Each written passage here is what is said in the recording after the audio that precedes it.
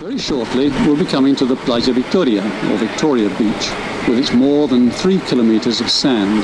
Obviously, nobody should leave Cadiz without taking advantage of this fine sandy beach. The quality of its golden sand, together with the clean waters of the Atlantic and the ideal temperatures, make this one of the most important beaches on the Costa de la Luz, and one of the best in Europe. Because it's so extensive, this beach is used by the local people for sport and leisure activities of all kinds. Cadiz enjoys more than 3,000 hours of sunshine a year, with average temperatures between 17 and 18 degrees centigrade, about 64 degrees Fahrenheit.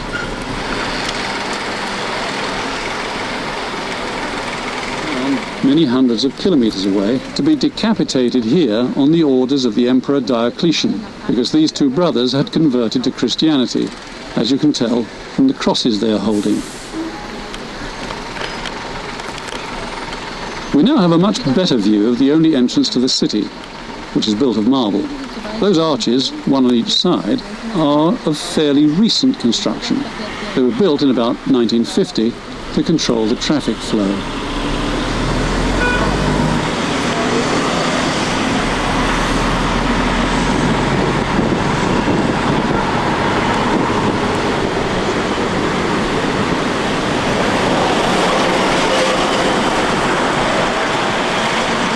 Here we are back in the old part of town, the historical heart of Cadiz. One of the city's most traditional districts can be seen in the background. It's the district of Santa Maria, the old fisherman's quarter. But it's also produced a number of famous flamenco singers, such as La Perla de Cadiz and Chano Lobato, among others. This fountain opposite us, and the figure on it, are dedicated to Lucius Cornelius Balbus, the most important political figure in Cadiz in the Roman era.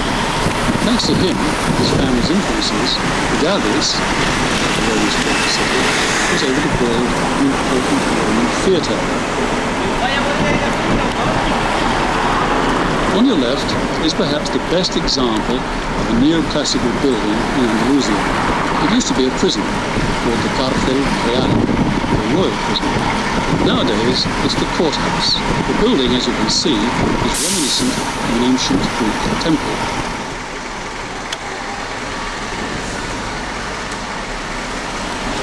At the end of the next street on the right, we shall see the first church ever built in the city in 1527. It's called St. Mary's and contains an image of Christ the Nazarene, one of the most popular images that's taken out in procession around the streets of Cadiz on Maundy Thursday. The cross carried by the Nazarene is made of tortoiseshell, ebony and ivory. Now the Roman theatre is coming to view on our right. It's considered to be the largest in Spain. We can't see it all, unfortunately, because part of the medieval city, known today as the Popular District, was built on top of it. Now you can see the Church of the Holy Cross in Santa Cruz, which used to be the cathedral. Inside, you'll find a fascinating museum, which is well worth a visit.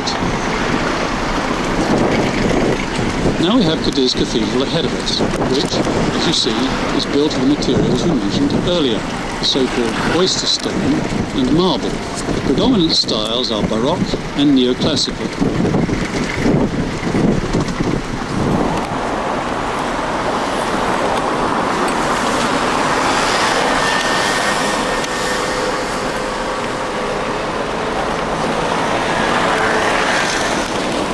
Note too, on the right, the houses painted in a variety of different colours. This is a long-standing tradition among the fishermen of this district. They do it so that they can recognise their houses when they're fishing offshore. A similar tradition exists in the Cuban capital, Havana. And Cadiz and Havana have always maintained close historical and social links. On our right is known as La Viña, or the vineyard, and is another of the working class districts of the city. If you decide to visit us in February, make sure you bring your fancy dress, so that you can join in the fun of one of the most famous carnivals in Spain. It is this city's special fiesta.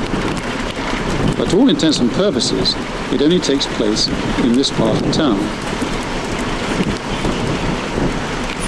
In the distance, we can see another kind of stronghold, El Baluarte, or Bastion of the Martyrs. And just look at that marvellous view of St. Clement's Castle, a fortress that defended the northern part of the city. As you can see, it's built in small island, joined to the mainland by that long causeway. You will have a magnificent view of the Bay of Cadiz, enabling us to see the towns of Rota, Chipiona and Puerto de Santa Maria. On the right, we have the old military government building and former engineers' quarters. Once more, the use of oyster stone is apparent in this neoclassical building. Here we have a really unusual tree. It's a dragon tree, but it's not actually native to these parts. In fact, in the whole of the Iberian Peninsula, there are only about 6 or 7 specimens because it's mainly to be found in North Africa and the Canary Islands. Now on the left, we have the Baluarte de la Candelaria, literally the Mullin Bastion. It used to be a marine museum, but now you can listen to good flamenco there every Thursday from July to September, and during the rest of the year you can visit exhibitions of photographs and paintings.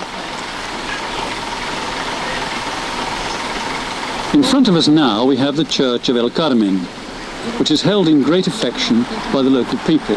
It's very different from the other churches in the city, and it's the one that most young women from Cadiz like to get married in.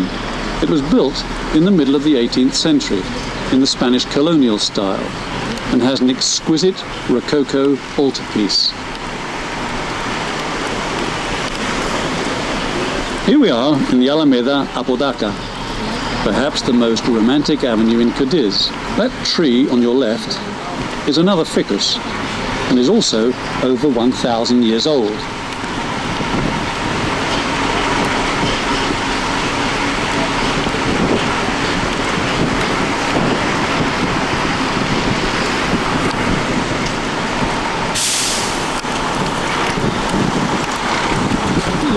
We'll see a tower. That's one of many similar towers to be found in the old part of Cadiz. From the 17th century onwards, it was considered very important to have a tower. The government even had to ban them because they proliferated to the point of becoming dangerous. So, houses were limited to 1 tower per doorway. These towers were used as vantage points to look out for ships sailing towards the Spanish coast, with the intention of trading in the port.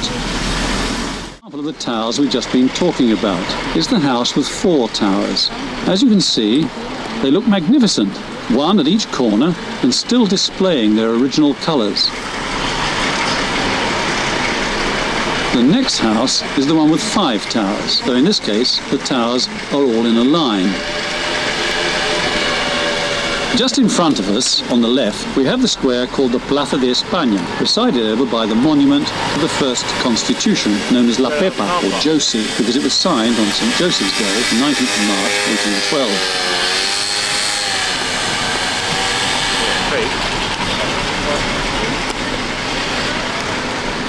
We have a fine example of an 18th century mansion, which is now owned by the provincial council. Inside the council building, you'll find that several of the rooms are decorated in the mid-19th century Spanish style known as Isabelino, in commemoration of Queen Isabel II's visit in 1867. Cadiz has always been one of the busiest ports in Spain, but especially so since the 17th century due to the ever-increasing trade with the Americas. Christopher Columbus also set sail from here on his second voyage of discovery. Nowadays, the ferry that links the Canary Islands with mainland Spain sails from here twice a week.